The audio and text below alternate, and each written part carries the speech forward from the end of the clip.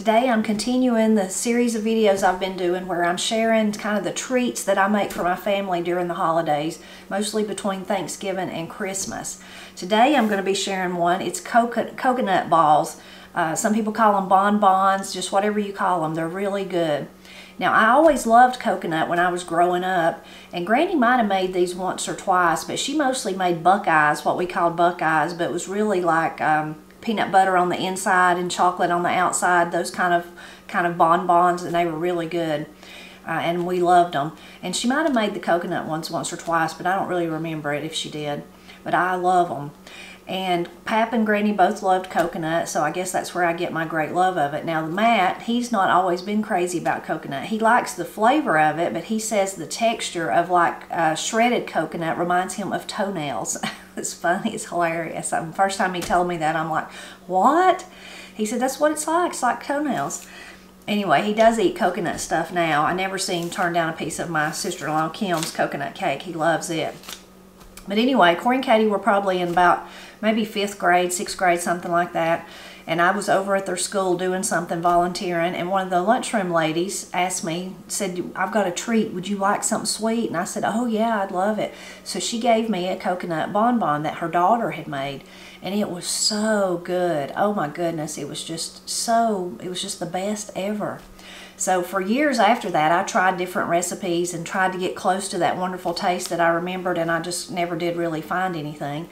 But a few years ago, I did stumble on one that I really like, and we've been making it ever since. And I found it on the Pinch of Yum blog, and I'll link to that down below so that you can go read her post and see all the little details that she tells about it. But basically, you need 2 cups of desiccated coconut. And when I first found it, I had to research what that was. I had no clue. So it really means, and she tells you in the first little part of her recipe, is that it's coconut that's chopped up really, really fine, almost like into little granules, or almost a flour if you think about it. Now, I usually don't get mine that ground up, but I've got my food processor over there, and that's what I use. It takes 4 tablespoons of honey, so I'm trying to use up the last of honey in this jar to get rid of it, so I'm going to use that. And then one thing that drew me really to this recipe was that it uses 5 tablespoons of coconut oil.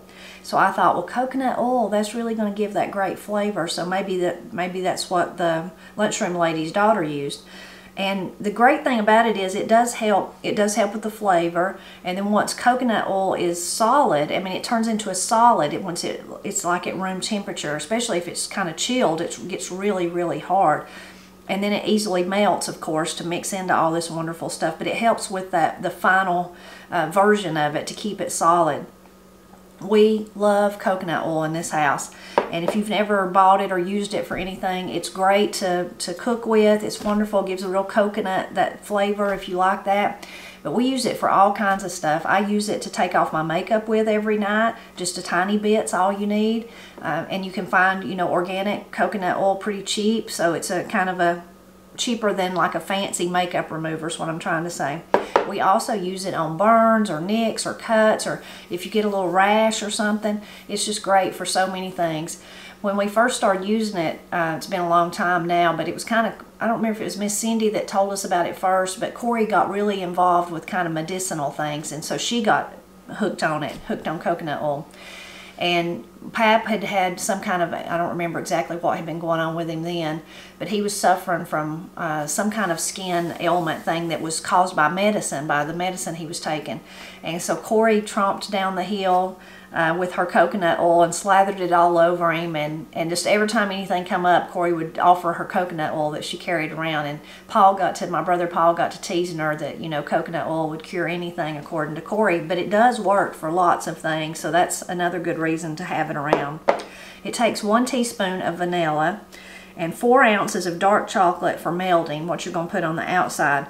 Over the years, like chocolate chips is what I have right here, and I do have dark chocolate today, but over the years I've used semi-sweet. I think I've even used milk chocolate. Use what you prefer, and it will work out fine. The only thing I changed from her original recipe is because I really wanted that coconut. I was just chasing that taste that I'd had so many years ago at Martins Creek School's lunchroom, that I add like a few drops of coconut extract just to give it really that one more punch of coconut. But the recipe's really easy, and I'm going to show you how to put it together now. But I'm going to start with kind of pulsing my coconut in the food processor over there. And I'm kind of trying to use up, like I'm trying to use up the honey. Today I had 2 or 3 bags of a little bit of coconut. So what I have in there is some sweetened coconut. And then I also have some unsweetened coconut where we'd use that in some recipes. So I've kind of mixed them two together, and I'm going to go with that. But over the years I've used both. I've used unsweetened and then I've used sweetened, and both worked really well for this recipe.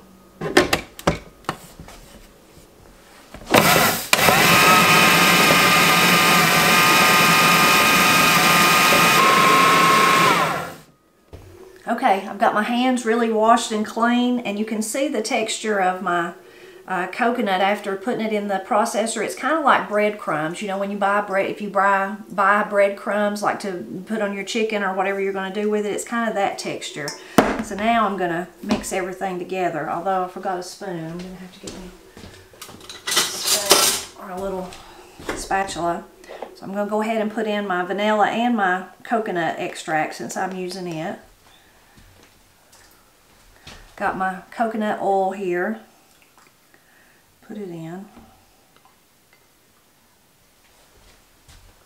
And then I need to measure out my 5 tablespoons of honey. You could also, instead of using honey, her recipe said that you could use maple syrup. I've never tried it with maple syrup, but I just always have honey, so that's easy for me. But I'm sure maple syrup would be good.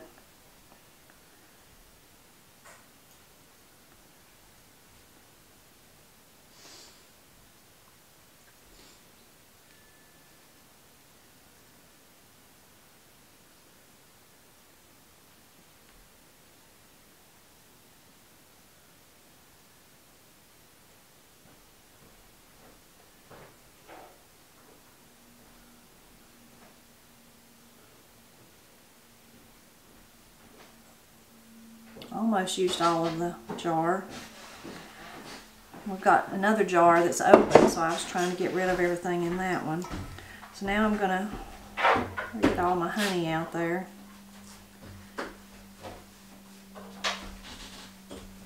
And then just start mixing it together. And the best way to do it is to put your hands in there. So that's what I'm going to do. I'll first just try to mix it a little bit and kind of get it started. Smells so good. I wish you could smell it. The coconut, the vanilla. It smells wonderful.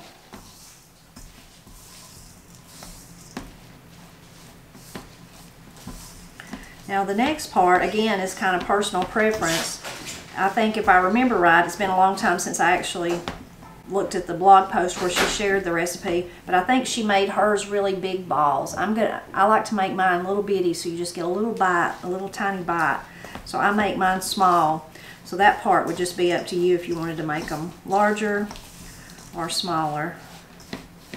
Now that I've got it somewhat mixed in, I'm going to start using my hands. Get that cleaned off. Make sure all that coconut goodness is really mixed up in there, because that's what you want to taste wonderful. Actually, it's like triple coconut with this, because I've got the coconut oil, I've got the coconut, and I've got the coconut extract. So I just kind of squeeze it around to make sure it's all thoroughly mixed together and that coconut oil's kind of distributed throughout.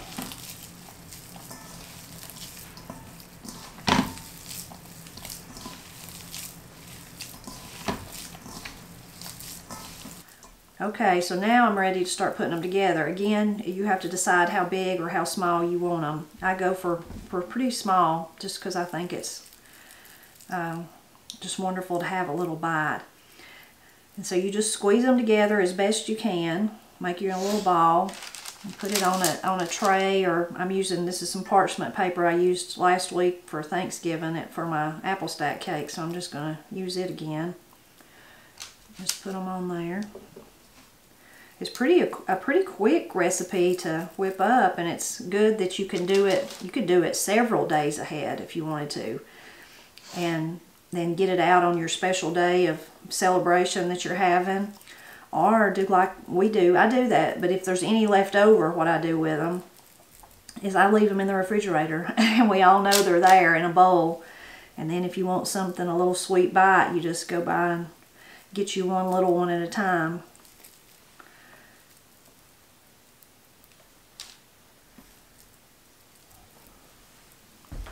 So when you're putting them together, it is a, you know, it's a soft little ball that you're making. So if you're worried about it not sticking together, remember that when you put it in the refrigerator, all that coconut oil is going to kind of firm it up and hold it together. And once they've been in there, especially once they're encased in chocolate, they're kind of, I mean, they're really firm.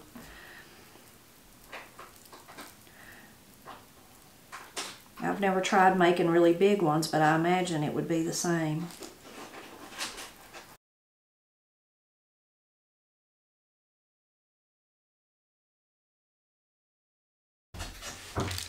Okay, I've got them all laid out here. I'm going to pop them in the refrigerator for about 30 minutes to an hour, something like that, just till they firm up. You'll be able to tell, and then we'll be ready to dip them in the chocolate. Okay, they've been in the fridge for about 35-45 minutes, and they've firmed up nicely. I've melted my chocolate. I'm using dark chocolate, but you could use whatever kind of chocolate you wanted to. I'm sure you could use butterscotch or any of the other flavors of chocolate too. Almond bark, that would probably be good. And I just melt mine in the microwave. I do it on a little short, like 30 seconds at a time, stirring to make sure it don't get overheated. And then I'm just going to throw the little balls in there. Make sure they're well covered, and then I just tap, which is annoying, I know, but tap.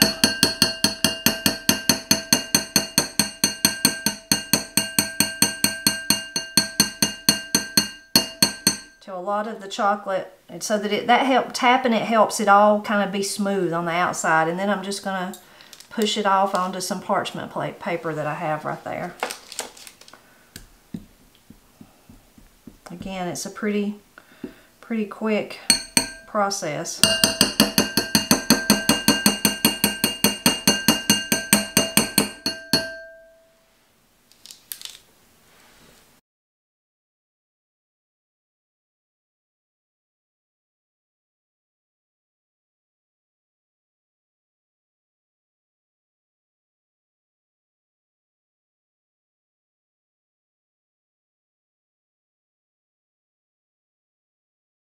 Okay, that's my last one. My chocolate was about to run out on me, but I made it. If you ever have any extra, sometimes I do, and if I do, you can pour it out on a little sheet of parchment paper or wax paper or foil, or even just a little plate, and it will solidify back, and then you can save it for your next melting job that you need. That's what I'm going to do. I barely have any left. That's what I'm going to do with this though. And then I'm also going to put these in the refrigerator for a few minutes, maybe 10-15 minutes, and then we'll taste them. So they've had time to harden in the refrigerator. We just got them out. I got Corey over here to help me taste test since she likes them too. You don't have to twist my arm. You don't have to twist her arm. I'm going to get this one. So the chocolate really firms up real nice. This is kind of one of my last ones, so the chocolate's not as pretty, but it will taste just as good. Mm. Mm.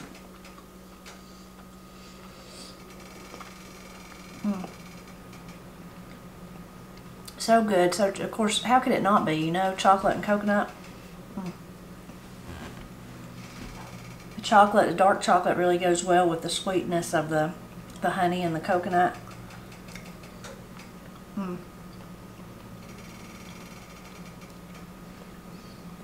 Mm. Because of that coconut oil, they kind of melt in your mouth, don't they? Mm. Makes them moist. Really good, yeah. And it tastes so much more coconutty, don't you think? Oh yeah. And I did add the additional extract that I like to add. Mm-hmm. Mm. It's one of our favorites. Mm. And so easy to whip up. It didn't take no time to do it, and it's great that you could do all this part and 3 days later, 4 days later, take them somewhere if you were going to a holiday gathering. So I hope you enjoyed seeing how to make them and how quick they were. One of our favorite treats to eat this time of the year. I'll be sure to link to that playlist of all the ones we've been doing of kind of our Christmas treats that we've been showing the video, so in case you've missed any of them, you'll be able to see those. And I'll definitely link to that original place where I found this recipe several years ago, Pinch of Yum. I'll put that link in the description below too.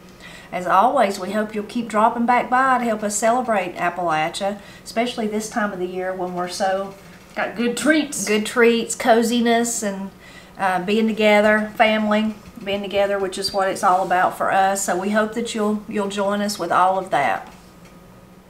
I did forget to say one thing. Corey was straightening up in here. We're about to eat our dinner, and we were going to put these in a bowl and put them in the refrigerator. And I said I didn't say that I store mine in the refrigerator.